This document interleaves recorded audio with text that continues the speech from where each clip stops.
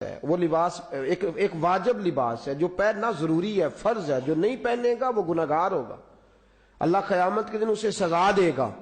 وہ کون سا لباس ہے؟ وہ ہے ستر ڈھانپنے والا، مرد کی ناف کے اوپر سے لے کر، یہ ناف جو ہوتی ہے ناف کے اوپر سے لے کر گھٹنوں کے نیچے تک، یہ مرد کو دکھانا بھی حرام ہے. اتنا وجود چھپانا فرض ہے. جو یہ والا لباس نہیں پہنے گا اسے سزا ملے گی صبح قیامت. یہ وہ لباس ہے جس کو قرآن نے کہا کہ یواری سوآتکم، یہ فرض لباس، اس کو لازمی پہنا جائے گا. ناف کے اوپر سے لے کر گھٹنوں کے یہ کسی کو اجازت نہیں، کوئی درویش ہو، کوئی صوفی ہو، کوئی ملنگ ہو، کوئی تلنگ ہو، کسی کو بھی یہ دکھانے کی اجازت. آپ ناراض ہو جائیں گے شاید میری بات سے.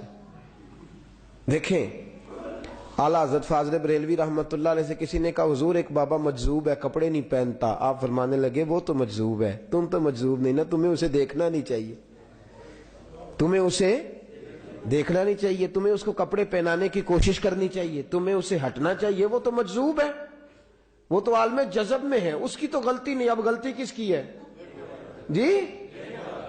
اب ہم نے تماشا بنایا ہوا ہے نا کہ ہم یہ سمجھتے نہیں کہ عالم جذب میں جو شخص ہے وہ تو ہوش کھو بیٹھا ہے.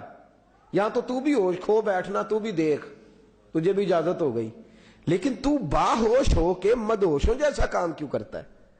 تجھے یہ کام کرنے کی اجازت. اور اعلیٰ حضرت فرماتے ہیں جو سچا مجذوب ہوتا ہے وہ تو شریعت کی مخالفت کرتا ہی نہیں، وہ تو چھپ جاتا ہے، وہ تو لوگوں سے جان چھڑاتا ہے.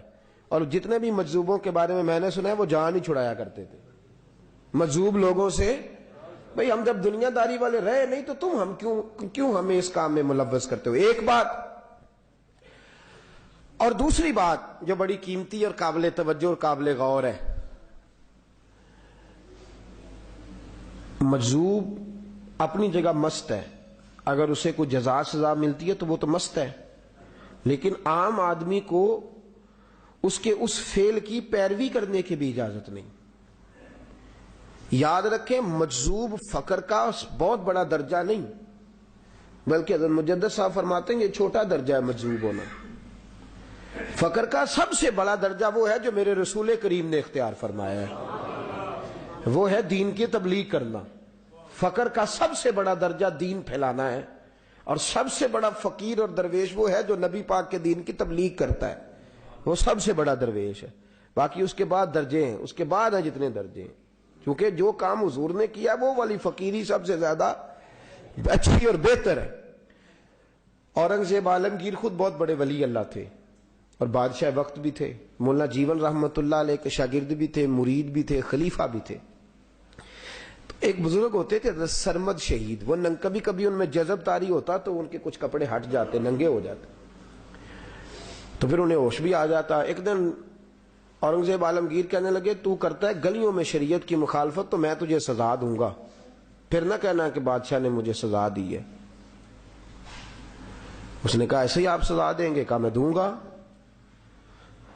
پھر ایک دفعہ انہوں نے ایسے کیا تو بادشاہ کہنے لگا تو نے دوبارہ ایسا کیا ہے، جذب تیرے پاس اگر ہوتا ہے نا تو اس وقت کمرے میں گھس جایا کر، شریعت کی مخالفت میں نہیں کرنے دیتا.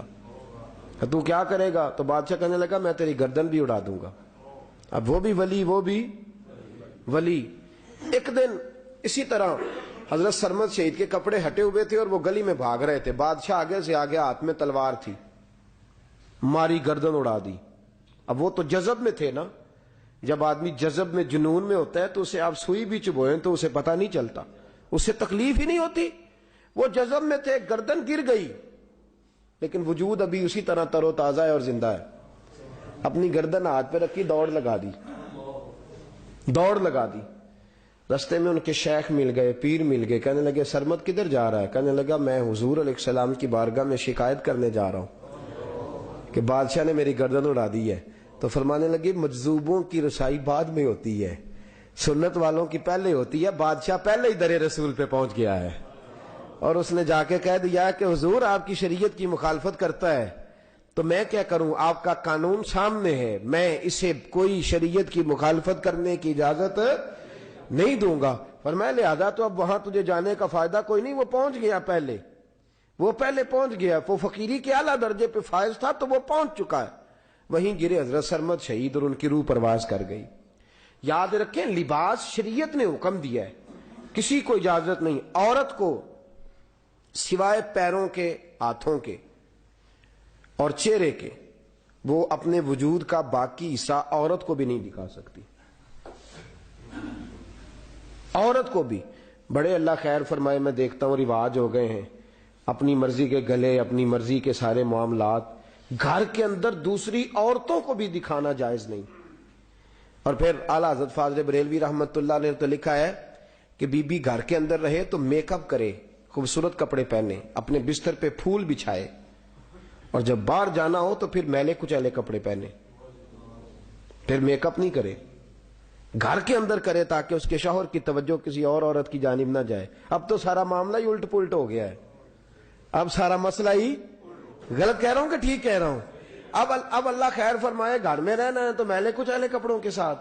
بلکہ میں ایک دکان پہ تھا، ہمارے ایک بچے کی دکان ہے، تو میں وہاں کپڑے خریدنے گیا تو وہ ایک بی بی کپڑے خرید رہی ہے تو کہتی ہے ایتے ہو گئے نا گھر پان والے، انہیں آن جان والے بھی بکھاؤ۔ میں وہ کپڑے لے کے ٹور گئی، میں کہ پتر یہ آن جان والے کہڑے ہوندے نے؟ انہیں کہ گھر والا سوٹ ہے 400 والا تے آن جان والا 4000 والا، تو کیسا عجیب فرق ہے۔ ویسے ہے یہ بات کہ نہیں؟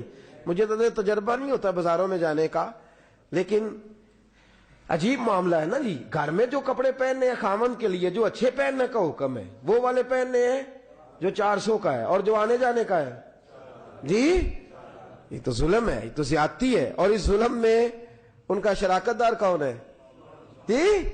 جنہیں گڈی دی فرنٹ سیٹ تے بایا ہے نال تیار کرا کے، جنہیں موٹر سائیکل دے پیچھے بایا، وہ مجرم ہے، اس کی ذمہ داری ہے، اس نے کیا ہے سارا کچھ۔ تو یاد رکھیے گا لباس کی شریعت نے یہ حد مقرر فرمائی، یہ شریعت نے عنوان دیا لباس کے حوالے سے کہ ہم یہ فرض لباس ہے۔ عورت کو بھی اجازت نہیں کہ وہ دوسری عورت کو اپنا وجود دکھائے، اور مرد کو اجازت نہیں کہ مرد کو بھی دکھا سکے۔ ناف کے اوپر سے لے کر گھٹنوں کے نیچے تک یہ چھپانا فرض ہے۔ یہ